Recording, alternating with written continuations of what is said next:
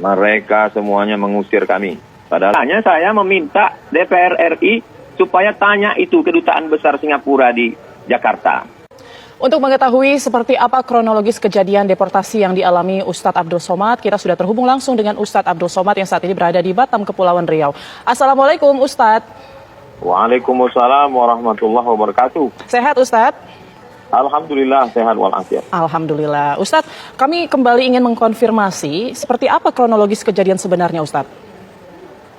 Saya berangkat dari Batam menuju Tanah Merah pada tanggal 16 Mei 2022. Sebelumnya, beberapa hari sebelum itu saya sudah mengurus semua urusan dan mendapatkan izin dari ICA, Immigration and Checkpoint Authority, sehingga saya berani untuk masuk. Semua persyaratan sudah lengkap.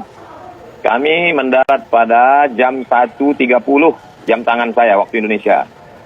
Dan kemudian semua kami ada 6 orang, 7 orang sudah lewat, masuk semua. Sahabat saya dengan anaknya 4 orang, saya, istri dan anak saya.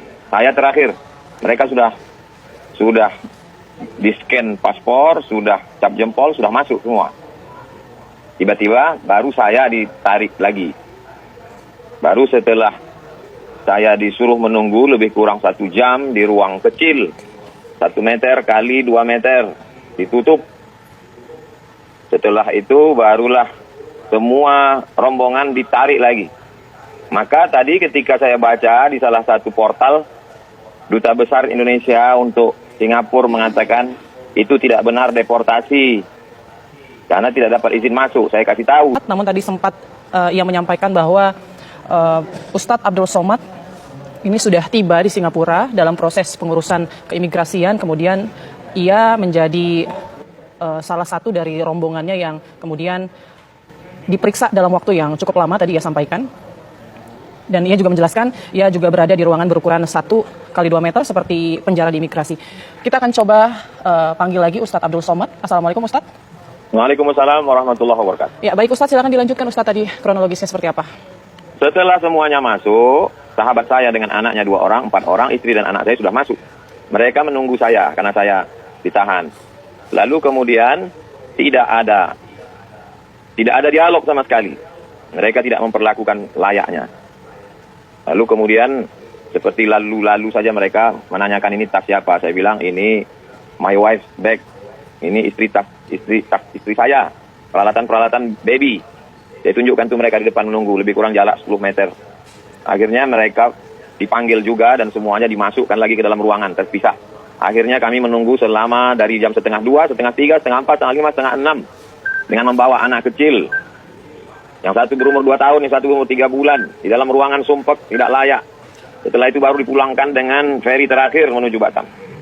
Tanpa penjelasan, tanpa ada siapa yang bisa untuk ditanya apa masalah sebenarnya. Maka Kedutaan Besar Singapura di Jakarta mesti mengklarifikasi kenapa saya tidak dibenarkan masuk. Apa salah saya? Apa salah saya?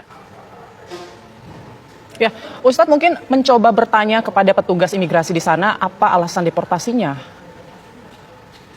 Tidak ada wawancara, tidak ada diberi kesempatan. Kalau ditanya semuanya mengatakan tidak ada kuasa. Kami hanya anak buah saja.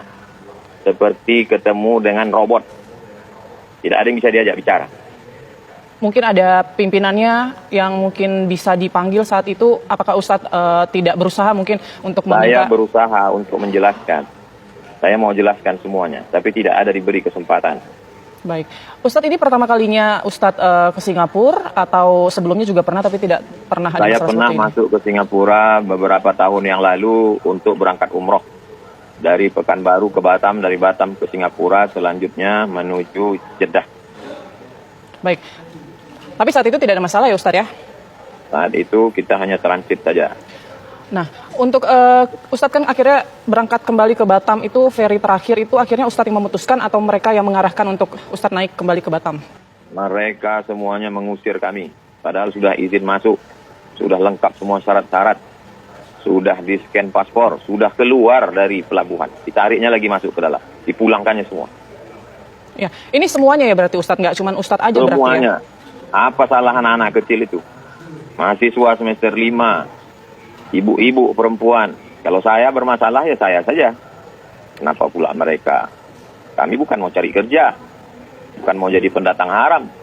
Ya, Ustadz, setelah tiba di Batam, apakah ada upaya untuk menanyakan alasan dari pihak Singapura seperti itu terhadap Ustadz atau langkah yang akan dilakukan? Maka tidak tahu kita mau minta penjelasan ke siapa. Makanya saya meminta DPR RI supaya tanya itu kedutaan besar Singapura di Jakarta. Suruh dia klarifikasi, kasih penjelasan. Tunjukkan kenapa Abdul Somad tidak masuk. Keluarga anak kecil. Teroriskah dia? ISIS-kah dia? Baik, itu kan kejadiannya kemarin ya Ustadz. Hingga saat ini belum ada juga ya jawaban ataupun klarifikasi ya Ustadz dari pihak Singapura atau duta besar kita di sana? Makanya desak mereka. Suruh dia kasih penjelasan. Kalau tidak nanti dia semaunya saja. Siapapun orang yang datang, dia tak suka, dia perlakukan seperti itu. Ya. Bagi saya tak masalah. Saya biasa masuk hutan, keluar hutan. Tapi nanti tokoh-tokoh kita sesuka hati dia. Dia suruh nunggu sekian jam tanpa ada penjelasan, tanpa ada mau wawancara dengan siapa. Sesuka hati dia saja. Baik. Ustadz, pada saat tiba di Batam, mungkin dari pihak Pelabuhan Batam sendiri ada informasi nggak Ustadz? Tidak ada satupun yang memberikan penjelasan. Baik, langkah selanjutnya nih Ustadz, jika misalnya hari ini belum juga ada klarifikasi, kemudian apa yang akan Ustadz lakukan nih? Kita sebagai warga masyarakat, kita punya pemerintah. Tugas pemerintah itu dipilih oleh rakyat untuk melindungi rakyat. Saya ini rakyat resmi bangsa Indonesia. Tidak pernah melanggar hukum, taat pajak, intelektual, bukan perampok saya ini, bukan garong. Baik. Terakhir Ustadz, singkat saja harapannya seperti apa Ustadz? Harapan saya pemerintah Singapura tidak memperlakukan warga Indonesia seenak otaknya. Dia harus memberikan penjelasan. Anda tidak bisa masuk negara saya karena tidak cukup syarat. Karena Anda masuk dalam daftar orang-orang radikal. Karena masuk dan seterusnya.